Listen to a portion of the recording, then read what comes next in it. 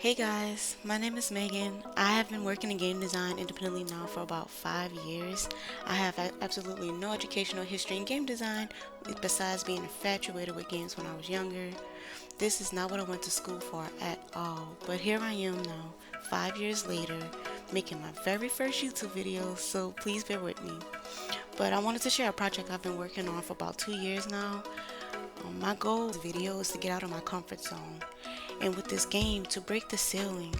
I've been working on projects since then, but now I feel like I'm actually ready to dedicate to completing a gamified, polished game with some marketing, of course. I am a shy person, but also probably the friendliest shy person you meet, so this is definitely getting me out of my comfort zone. I'm just looking for some input, what I could do better, what works, what doesn't work, the good, the bad, and the ugly. I don't want this video to be long at all, so let's begin.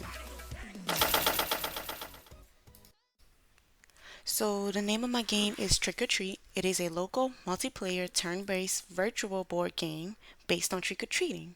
And yes, you guessed correctly, I do love Halloween, but I also love family friend game nights. So I thought this would actually be a good challenge to try to create a multiplayer game for the first time and make a turn-based system, which I have yet to have done prior to this project. I started with making my game design document first. It was very simple, but just to organize my thoughts. And pretty much, just to give a rundown of the story, you are a minion of Big Boss who has just been spawned into the quiet little village on the river on Hallows Eve. Your one job is to collect as much candy as you possibly can to fill your master's gluttonous sweet tooth cravings. Although there are villagers out and about, don't fright. It is the one time of the year that you can blend in with the villagers and not meet your demise at the end of a pitchfork. Play amongst the little villagers and collect as much candy as you possibly can to bring back to your master. But beware, you are not the only minion set out to please your master. A total of 4 minions are trick-or-treating in order to please the big boss, but there can only be one winner. Of course, I had no experience in making board games, but thankfully Udemy took care of that. I found a really good course on board game creation and finished this course prior to actually starting in the engine. So thank you, John Hayes.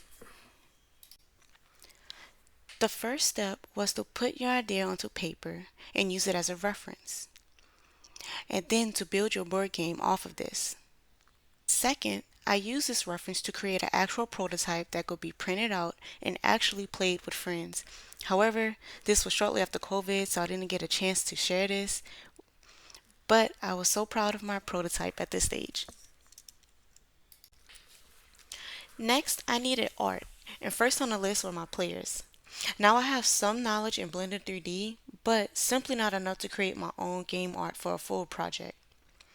I went straight to Unreal Marketplace to begin prototyping and found a really cool minion series by Downrain DC, and I loved his creations. They were simple, clean, and visually fun to look at, so it was a winner. I refer back to his projects all the time to get more assets as needed. His artwork also determined the theme that I will move forward with for the game. Very fun, childlike, colorful, just feel good. Here was my concept for the little villagers who are out trick or treating. The concept of this mechanic is that if you were to land on the same tile as a villager, if you were to roll higher than that villager, you could steal their candy. Hence the third animation at the end of the screen. For the artwork, I needed a simple animation of trick or treating, so I decided to create my own with Blender 3D. Even animated it. The eyes are missing, but I'm so proud of my little guys. For the bully, I found it too difficult at the time to create, so what I will do in the future is just add some horns along with a mischievous laugh, and I believe that's all it takes to create a bully. As for the level design, I needed art for my village. Thankfully, to quickly begin prototyping, once again, Marketplace came in clutch. I found a really good pack called Advanced Village Pack that was free, and I thought it looked really nice and would add life to the project. And did I mention it was free? So finally, I was ready to bring that idea from paper to life. I began creating my tile board first, then placed the village assets, and finally did my best attempt to create a nighttime scene. Because who tricks or treat while the sun is up? This prototype was done back in Unreal Engine 4, and I loved merging the tile floor into the village and seeing it come to life. It sort of set you up into the board game itself. I began all my logic with blueprints, and I would say the absolute biggest hiccup I had was down the road when I was actually stuck for a couple of weeks on this. I even had to go back on my work. It was the infamous, the glorious collisions. Oh, how your reputation precedes you. And after attending Unreal Fest last year, I now know that it is so important to create and specify your collisions beforehand. You see, I initially intended a round based tile flow, and these tiles have logic in them. They're smart, each one of them. I have placed code into them that tells if a player is on them, how many tiles have been traveled on, and even some with special mechanics, such as if when to trick or treat. These tiles have collision, and you can't have a player colliding with two tiles at one time. This would take away from the gameplay. So I spent many, many days bumping my head on a brick wall until I finally looked up and I saw I was standing next to an open gate. Why not create a simple shaped tile and arrange them at 90-degree angles? It wasn't my original plan, but it was a solution. Each collision is now simple, clean, and uniformed. Hence, my everyday motto as an indie game developer is that there is always a solution. Always. Another mechanic I would like to go over is the spawning and player start tile logic. Altogether, there are four tiles laid across the board that are responsible for the player spawning and delivery of candy. Again, I have never done a multiplayer game before, so I needed to find some resources. And I came across this great tutorial by Dev Enabled. I was able to follow this video to create a spawning system and then further modify this blueprint to create a character select menu along with selecting how many players will play the game. So, once all of the players have spawned, player 1 shall roll the dice and attempt to land on a trick or treat tile. By now you can see that this differs from a typical board game because the dice doesn't dictate how far the player moves, but it actually dictates how much time the player has to traverse the board. For time's sake, I won't go into the dice mechanic, but it was a mechanic that was pretty easy to implement. It didn't take as much time as I thought it would.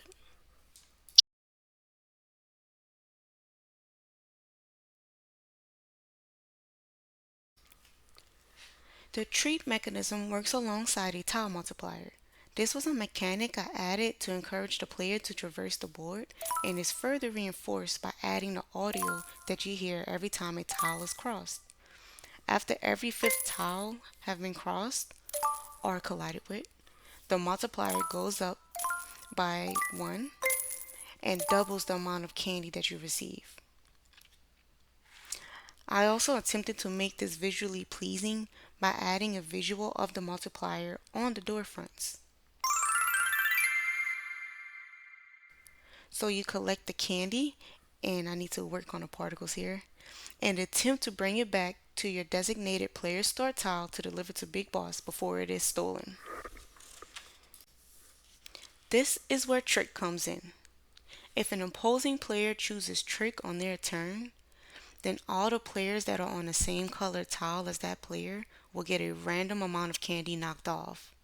So it's really a game about greed versus sabotage.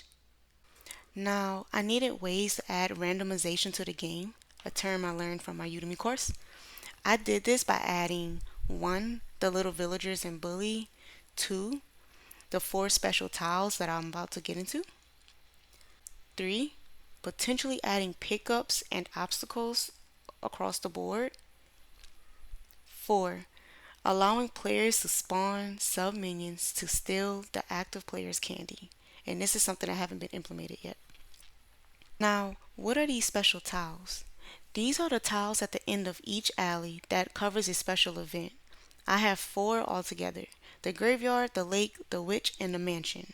For time's sake, I'll go into one of my favorite ones, and that's the lake. The basic mechanic is done for this tile. I just need to add better animations and a little bit more polish. But technically speaking, you land on this tile, request the treasure, and get swallowed by a raving shark monster thing. You collect your reward or a surplus of candy and get transported or teleported back to shore. My inspo came from the old Spyro game where you would swim in this lake and get swallowed whole by a whale to retrieve an egg. I don't know why, but I loved this scene so much as a child. Alrighty, so that is the basics of my game that I have so far. I'm still working on plenty mechanics, plenty logic, and of course gamifying and polishing. That includes adding audio, um, redoing or going to my next phase of environmental design. This level has been through many different prototypes, and now I'm finally approaching its last prototype where I'm going to be adding more greenery, making it look more pleasing. But I just wanted to share one last thing with you all. I am using this resource from my Discord group, recently joined from Unreal Fest last year, and it taught me the beauty of organization through Trello. And now I'm using Trello to set up my 6 month sprint separated into 4 week intervals with different tasks I need to complete before the end of those sprints. I have set deadlines in this Trello, but here I could find my resources, my tasks, things that need to be prototyped, and then the overall inspiration for the game. And I could eventually collaborate with others if they ever wanted to hop on with me. So this was a really cool resource, and I was really excited to use it for this project. So my goal is to do whatever I can, how much I can, by September the 1st. To gamify, to polish, to add more audio. Whatever I have by September the 1st, that is where my stopping point will be. And therefore it will be a challenge for me to dedicate myself to this project, try to market a little bit better, get out of my comfort zone, and get this game done. I have put a lot of work into it, so I was really excited to share it with everyone. And thank you for watching my video. And I just wanted to end this video with just little snippets of my board and where it is right now in the process. Thanks again, and thanks for watching.